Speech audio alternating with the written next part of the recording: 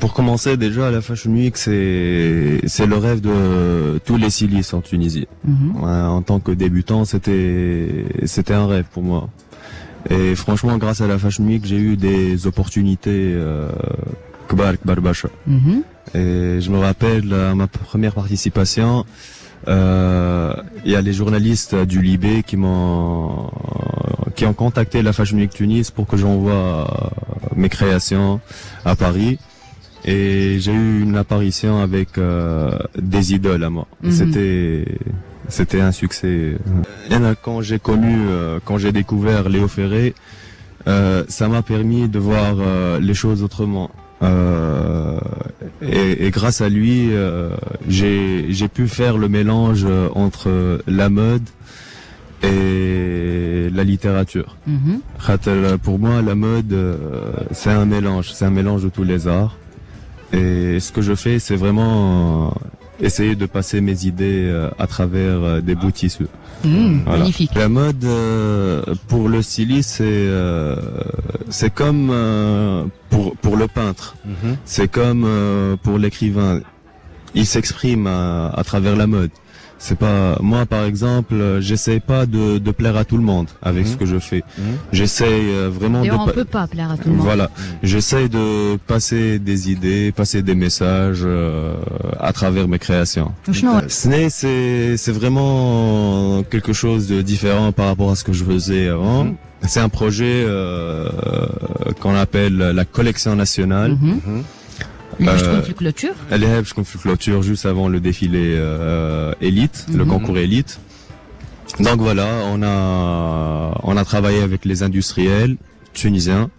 On est parti au salon Première Vision en France pour ramener les tissus, etc.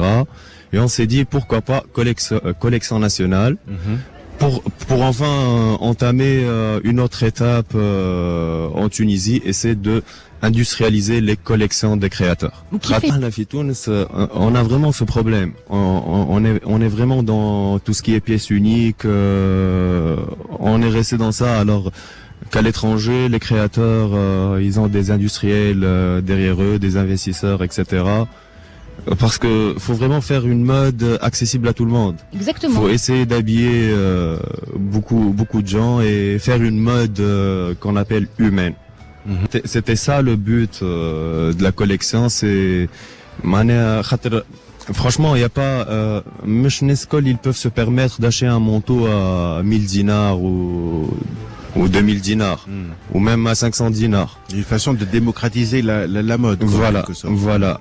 Et c'est aussi bénéfique pour le styliste, parce que rester dans les pièces uniques, ça fait pas vivre l'article.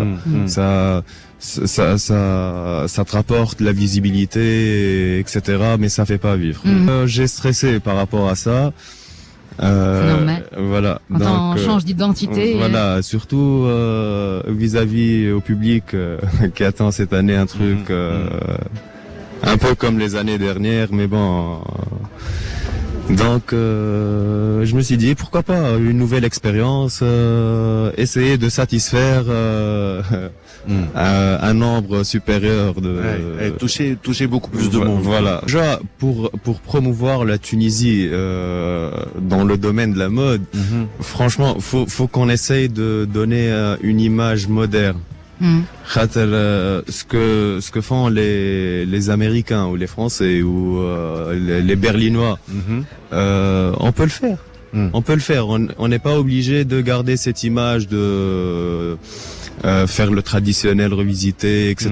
Parce que c'est pas vraiment ça la mode. Eux aussi ils ont le traditionnel, mais tu les vois jamais dans des fashion week. Ce qui m'inspire le plus, c'est le contact avec les gens. Dernièrement, j'étais à Séoul. Et ce qui m'inspirait le plus, c'est un choc culturel. Et je viens d'arriver déjà à Tunis. Encore choqué. Voilà. Mais ce qui m'inspire le plus, c'est vraiment le contact avec les gens. C'est pas les temples bouddhistes, etc. C'était le contact, prendre le métro, voir comment les gens fonctionnent, comment ils vivent, etc. Et c'est le contact avec les gens qui inspire l'artiste plus qu'autre chose. Franchement, c'est ce qu'on me dit souvent. Ça donne plus de caractère à la fin. Il faut vraiment, des fois il y a des clientes qui chauffent le khadma nta'i dans les lookbooks etc. Ils khafou. Elles se disent elle est mannequin, donc je pense pas que ça m'ira très bien. Après quand elle essaie le truc, ça lui donne vraiment un caractère.